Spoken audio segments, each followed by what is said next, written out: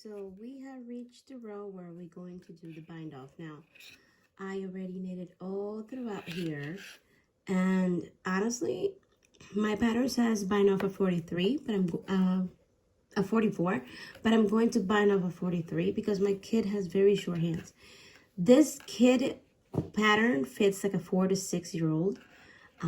My little girl is really tiny, so even though this is going to kind of roll back in, I'm just binding off one early, but you can bind off earlier if you want to, or you can go longer if you want to. Now this one I haven't done yet, but I'm going to show you how it will look on in adults. Now this is how it will look in adults. The bind off will make this little edge, and it actually rolls over. Makes that little cutie little folded edge that goes over the hands. Now again, my hands are kind of pretty small, but this one is kind of like, fits good. It's not slouchy, it's not wide. I didn't want something completely tight. So for the bind off, let's do, what you're going to do is you're going to start closing up your stitching. So you're going to knit 1, and then you're going to knit 2, and pay attention to this part. You're going to get this first stitch that you knitted, and you're going to flip it over the second stitch you knitted. And now that stitch is bind off. Let's do this again. You have that first stitch. Now you're going to knit a second one, and you're going to get that first stitch over the second stitch. Now we do it again. And you're going to knit that stitch, over that second stitch, and you continue throughout the entire round. This is going to create an edge and hopefully curl over. If you wanted to turn this into mittens, then you would start doing like the creases and then binding off at the end, etc. But we want hand warmers because we like the power of being warm while being in control of our fingers and, I don't know, using our phones and, I don't know, using my fingers. I don't know. I like mittens to keep me warm, but to be honest, I use hand warmers the most. I drive with them. I do my school drop-off wearing, throughout. I get cold. I don't need a whole set of mittens all the time. Now, see how that edge starts to look? You knitted that thing. You made that little bind off. And when we're done, you're going to see how it's going to roll in all nicely. Okay, so as a new knitter, I have to remind you of this. Please don't make this bind off so tight. Try to kind of be loose with your stitches so you don't have a too tight of an edge. But honestly, I gave a little extra stitches. I actually did two or three extra stitches than the Misha hand warmers because of the same reason. I find them to be a little bit too tight sometimes, and not everybody has tiny little hands like me, so this is kind of like a pattern that will work for everybody. This even works for my husband. I'm using this same pattern and making my husband a bear, which is the green one that I've shown before.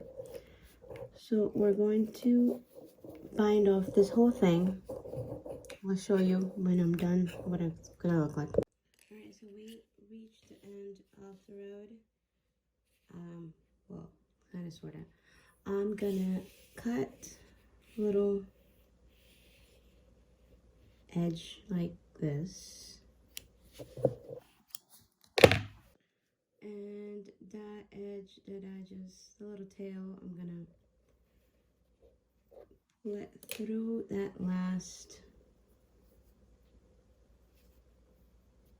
I'll leave it there. Right now, I'm not gonna do the edges, hiding the edges back in. I'm actually gonna leave this. So leave this here. We're gonna do that last, okay? Now we're gonna work on this thumb. Okay, so now we're gonna transfer the stitches from this scrap yarn onto 3 needles. So you're going to do 5, 5, and 1. Okay, so let's kind of pull this a little bit. 1, 2, and don't worry about pulling this yet. You're gonna pull that yarn at the end. Don't even worry about it. So 5. It's gonna start getting a little uncomfortable. Those of you that have the smaller needles, the smaller DPNs, are gonna rejoice with this part because you actually have space to work with. Alright, now that I put all my stitches in here, now I can pull my yarn out. Alright, so that last one that has only one stitch, you're gonna pick up 3 stitches. 1, and that's what this hole was important. 2, and 3. You're gonna pick up 3 stitches, and now you're left with 5, 5, and 4. Do you see them? And that's where you're going to start knitting your thumb. All right, so now we're ready to start the thumb. Leaving like around 6 inches, we're going to start working with our thumb. So we're gonna knit the 5 that we need. Now, all right, so we're gonna start knitting the thumb. So position your work like this, so you're looking directly at the knitting part. Don't do this. Don't start knitting with this top, because you're basically going to knit the inside out.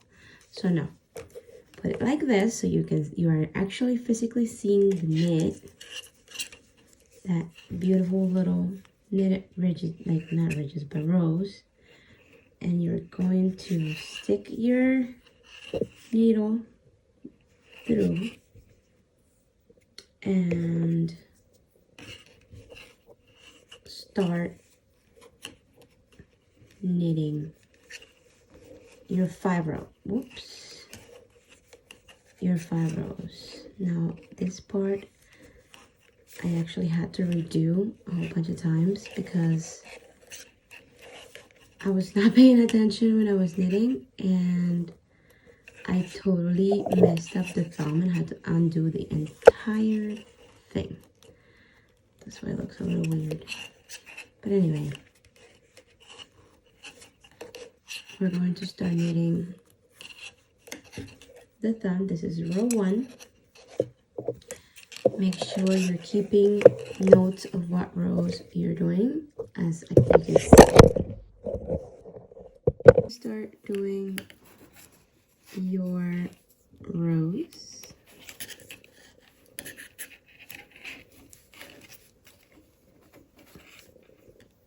And don't worry if you see holes. We're gonna seam those holes later, so don't worry about it.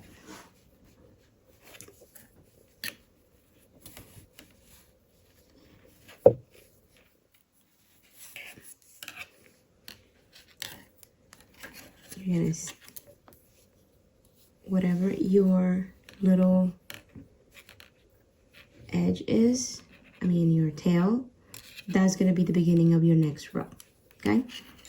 We're not doing stitch markers at this time because this is so tiny that you don't need to keep another stitch marker in there.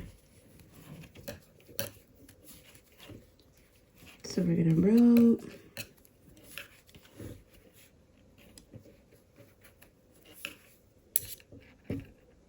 All right, so now we've knitted 5 rows. This is the little edge. I should have kept it in the back, but it's okay. I'm gonna thread it back inside and thread it from the inside, but I'm starting my bind off right now. Same as before, you knit 2,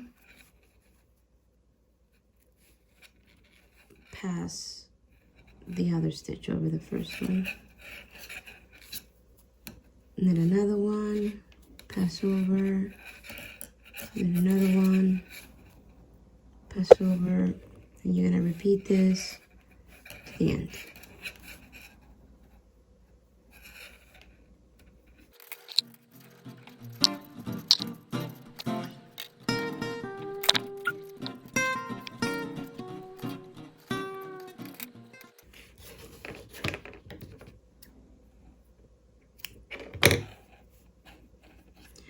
Now, to do the final bind off, you're going to find your last piece of thread after you cut it, loop it through, and pull it tight. Well, it's gonna look a little wonky. We're gonna kind of thread that in. So again, I'm not the most experienced knitter. I'm very new. So if you do have other techniques that work better, please do them and share them.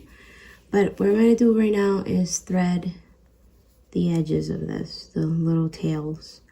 With a darning needle, you're going to, usually since I didn't join this the way that I should have, I'm going to knit this kind of sort of a little together so that the edge is not so loose, and I'm going to thread in my edges kind of like that, and then kind of like that all around. You know, you can do any technique that you want to thread your edges. I basically just like to do a couple of kind of like round and round and round.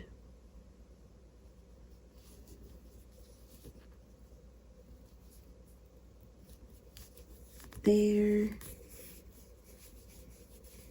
And then that's it. Honestly, 3 should be enough.